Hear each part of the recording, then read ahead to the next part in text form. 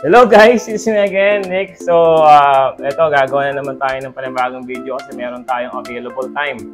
At meron po kasi nagtanong doon po sa ating previous video na gaano daw po kalakas mag-consume or ilang amps, ilang watts daw po ang nakukonsume ng ating power inverter kapag naka-idle siya. Ibig sabihin po ng naka-idle, walang load or walang nakasaksak, naka-on lang siya.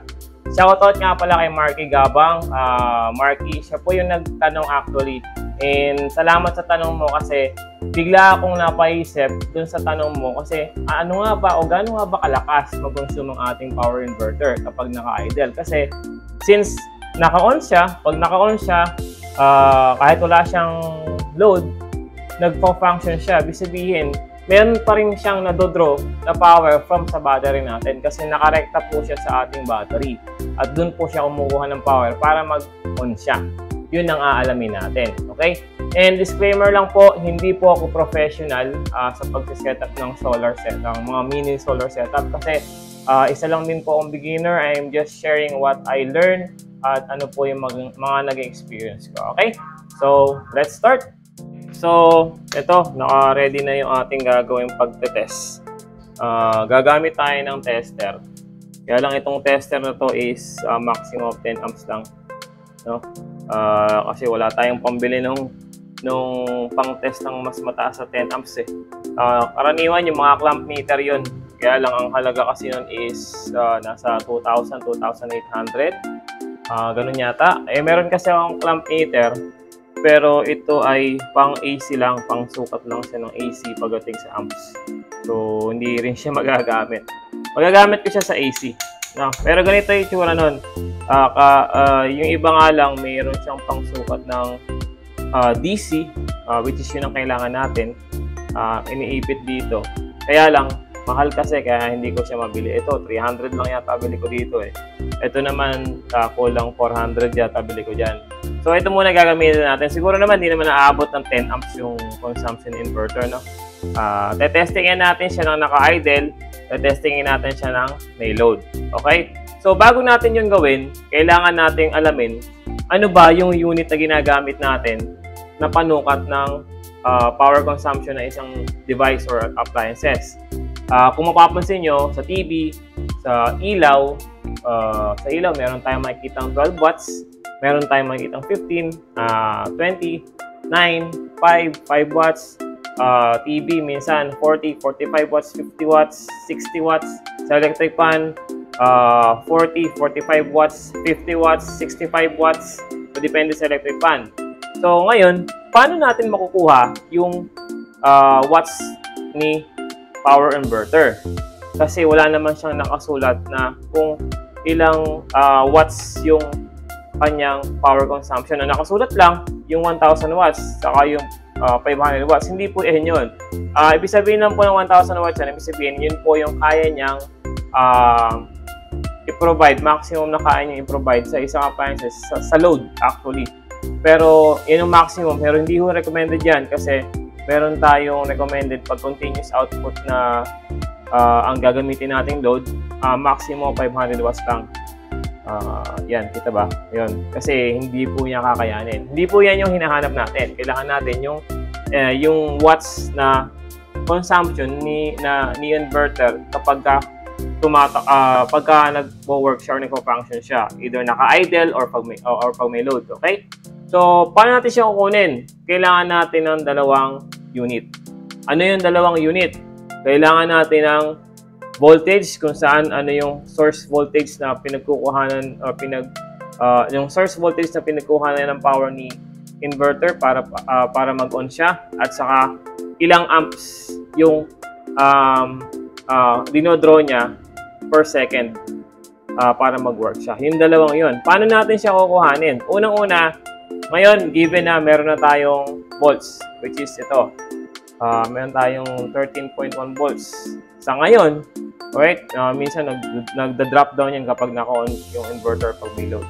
Minsan nagda-drop siya sa 12.6, 12.8, normal yan. Alright, and then, since may volts na tayo, ang kailangan nating makuha is yung amps. Paano natin siya kukuhanin ngayon? Doon tayo gagamit ng tester. Okay? So, itong tester na to, kaya gaya nga po ng sinabi ko kanina, meron tayong tester na maximum 10 amps kaya niya. At meron din tayong, nagpalit din ako ng probe na medyo makapal. Yan naman yung maximum 20 amps. No? Yun ang ginamit natin para sure. No? Okay, so paano natin siya itetest? Unang-una, alamin natin yung positive source na pinagkukuhanan ni inverter, which is ito po yun. Itong alligator clip na to. Ito po yun. Puna natin. Ito yun. So, ito positive dahil pula. Ito yung negative. Kita ba? Ayan yung negative. Tapos, ang gagawin natin, unang-una, ito muna ang ating tester. Kailangan nasa COM. Tapos, sugutin mo muna itong pula. Tapos, ilipat natin siya sa amps sa 10. Yan. Nasa 10 na siya. Tapos, ikabit mo itong pula dito sa kabila. Huwag dito dito. Dito siya nanggaling. Pero dito natin kakabit. No? Dito sa may 10A or 10 amps. Maximum of 10 amps lang siya. Unfused. So, pagka lumagpas tayo ng 10 amps, maaaring masira itong tester natin, no? Pero hindi naman siguro. O, yan. Yan, makabit na. Ngayon, ayan, naka 10 amps na siya. Ngayon, paano natin siya tetestingin? Kukuhanin mo yung pula. Hindi pala, yung itim pala muna. Yung itim, itong black, itong COM, dito. Since ito yung nakaduktong dun sa positive input ng ating inverter. Ito. So, ang gawin natin dyan, iipit ko lang to. I-make sure lang na hindi siya magagalaw. So, nakaipit siya. Ito ba? Ayan, nakaipit lang siya. Alright? Oops. Yan. Okay, yan. Nakaipit lang siya. Tapos, ito, pula, idudukto natin sa positive ng battery natin. Kumbaga, kung mapapansin nyo, igigit na lang natin siya sa pagitan ng positive wire natin papunta kay inverter. Itong tester. Para yung dadaang kuryente sa kanya, masukat niya. No? So, ang gagawin natin, ididikit ko to dito mamaya at magsusukat na siya. Pero bago ang lahat, i-ready natin na yung ating power inverter. Okay? So, ang gagawin ko, isasaksak ko to dito. Alright? So, nakasaksak na siya. Matulis naman siya, oh. Saksak natin siya. Okay? Tapos, habang nakasaksak siya, iba-iba. Yan. Make sure na hindi mabuhay. Ito kasi tinusok ko talaga eh. Kaya nakasaksak siya. Tapos, i-on natin yung inverter. Nga pala, yung inverter natin ay walang load. I-on lang natin siya. At i-on na natin siya ngayon. 0-0 So, i-on ko na siya. Okay. So, meron siyang naka-on na siya ngayon. Ayan. Nakita nyo na. Nagbasa na si tester. Nakita nyo? Meron tayong 13 volts. Mababa siya. Sabi ko magdodrop nga siya kasi nag-on yung power inverter natin. Ayan. So, ang amps na dumadaan sa kanya ay around 1 amps to 1.010 amps. 1 amps to 1.10 amps. So, 1.1 amps. Yan po yun. Yan ang idle niya. So, yan ang idle na power niya. Idle power consumption niya sa amps. Okay? So, since meron na tayong 1.08 amps, okay? And then, meron tayong 12.9. Ang gagawin natin ngayon dyan, meron tayong 12 volts. Wait lang. Okay. So, ang gagawin natin yan, i-compute natin ngayon yan. Kukuhain natin yung 1.08. Ayan. 1.08 amps. I-multiply mo siya. Multiply mo siya sa current voltage natin na nadodraw ni inverter.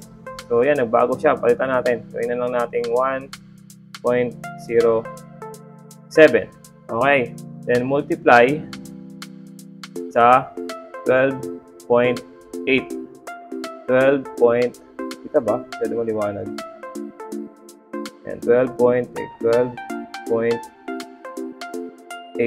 Ay, ano ba yan? Ulit. 1.07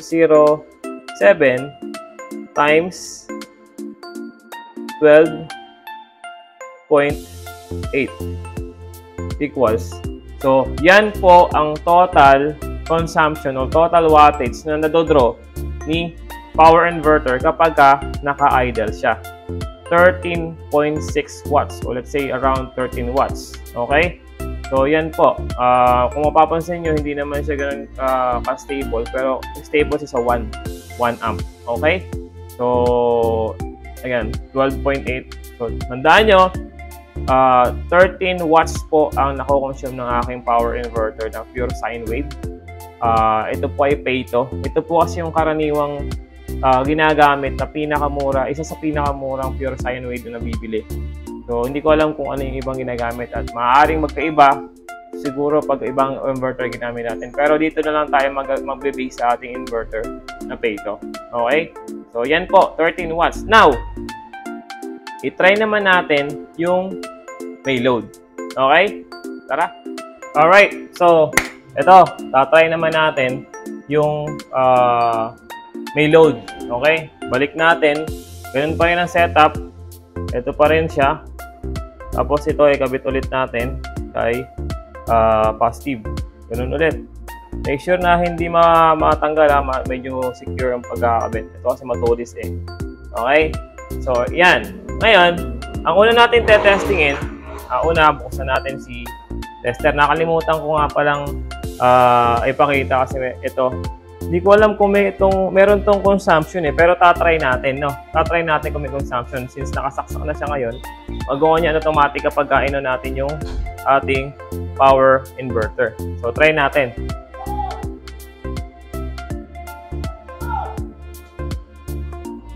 Alright, so yan.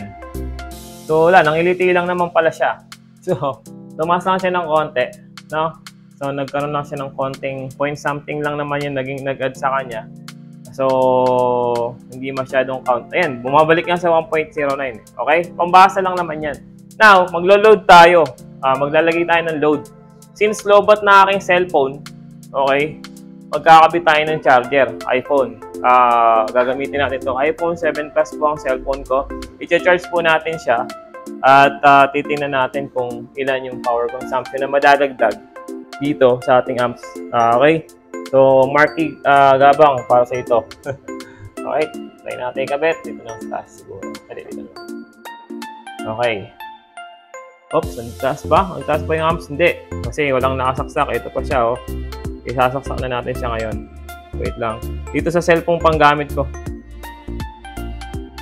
O, yan.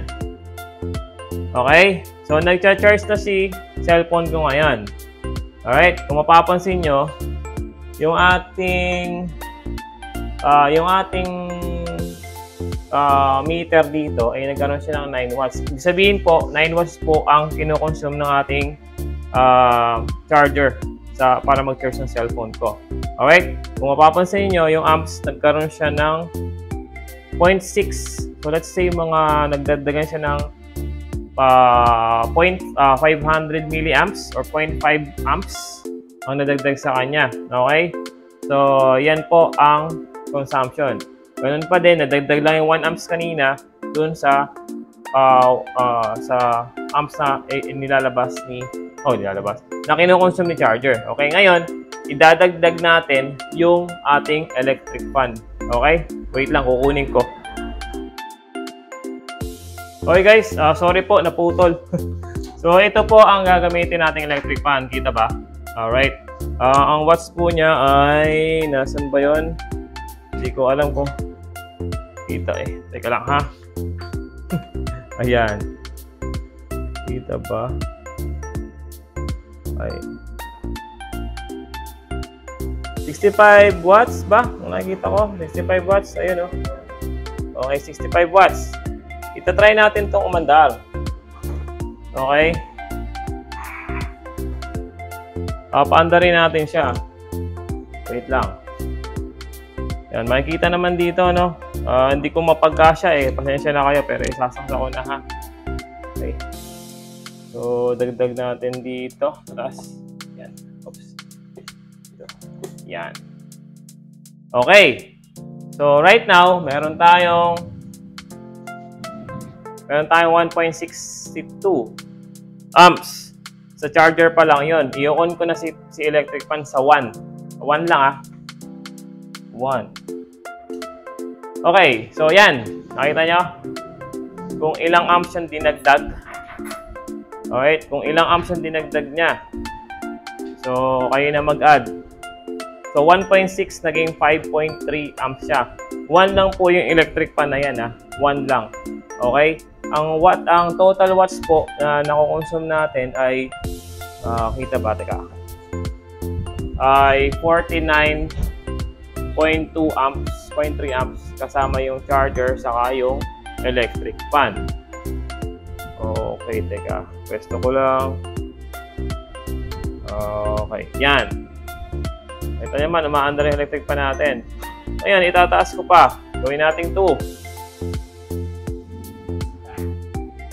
So, nagtaas ulit ng konti. Okay, 2 na yan. 2 na yung electric fan natin. Okay, ang ating meter doon, kita ba? 51 watts. Okay? So, electric fan sa ventilador po yan. Iti-try ko na po ito Yun, nakita nyo? Nagtaas ang ating amps. So, 5.8 amps. Tapos, yung total consumption natin sa ating digital meter is 55 amps, 54 to 55 amps, 54 to 55 watts. Okay? Ang power consumption. So, ayan po. Ganyan kalakas ang amps na dumadaloy kay inverter, kay battery papunta kay inverter para mag-on siya at mag-supply at mag-convert ng 12 volts to 220 volts. Ibaba na natin. Patayin ko na. So, yun po. Alright. So, ayan.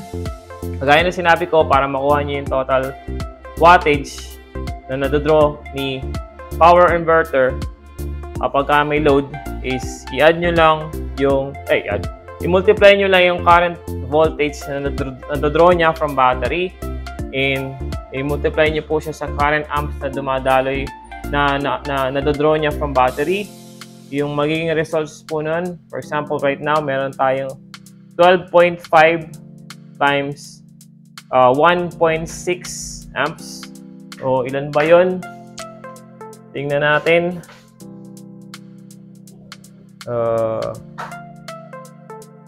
Okay.